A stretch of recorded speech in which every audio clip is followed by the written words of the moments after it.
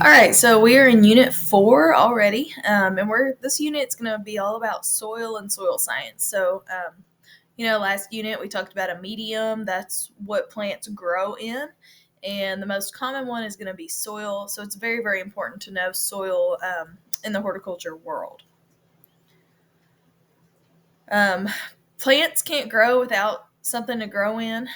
They've got to have some sort of medium. There are plants that can just survive on water, but that list is not very high. So that's why soil is so critical to plant scientists. Healthy soil can make the difference between thriving plants and a poor harvest. If soil's not good, um, then plants won't grow in it. So soil needs certain nutrients and elements of it to become fertile. Plants growing in soil engage and interact with a lot of different ways. They use the soil as a spot to anchor their roots. They use it as a spot to get nutrients. Researchers have discovered that the immune system of plants, just like your immune system, which helps you stay healthy, it allows them to tolerate some living organisms in the soil, such as fungi, when they need nutrients produced by those organisms. So that's kind of give and take. So some fungi produce phosphates, which is phosphorus. Remember, we learned phosphorus is very important for plants. So when they need it, they're more tolerant of that fungus in the soil because the plants know that they can intake that phosphorus. So you can see that's like if you were to slice like a piece of cake, the soil. Soil's going to have different layers, starting with topsoil. And topsoil is going to be the most fertile layer. That's what you want to be most fertile because that's where most of the plants are going to grow is in the topsoil. So you can go and you can study soil science. You can be a soil scientist.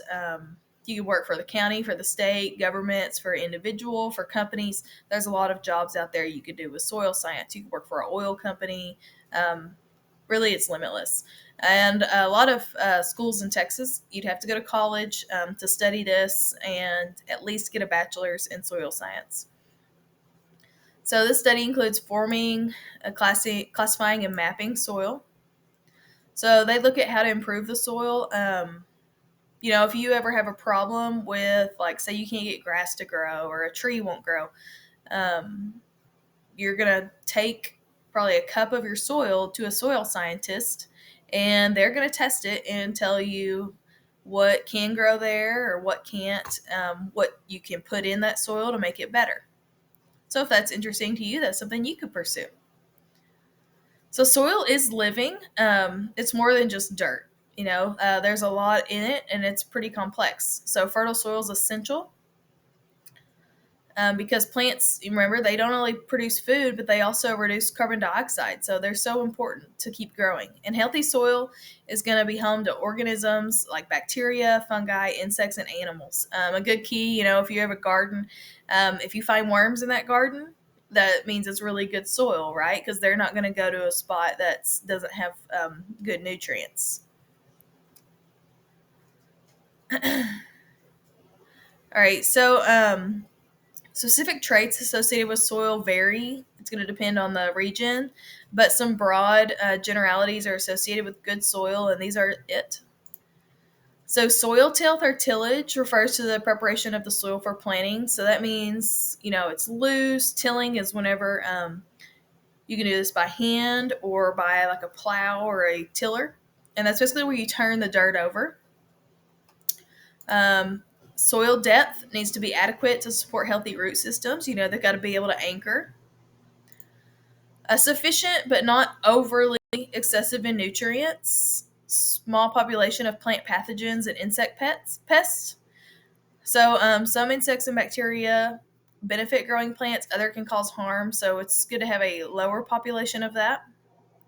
You need to have good soil drainage. If it holds too much water, it's going to cause the plants to rot.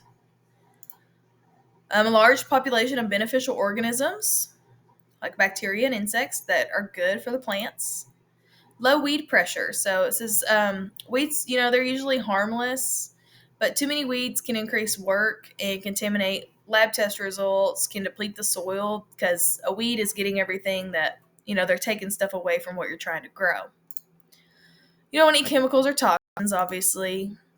And healthy soil has the ability to bounce back from unfavorable conditions. So if there's like a whole bunch of rainfall or drought in your area, but that soil can bounce back, that's really good soil.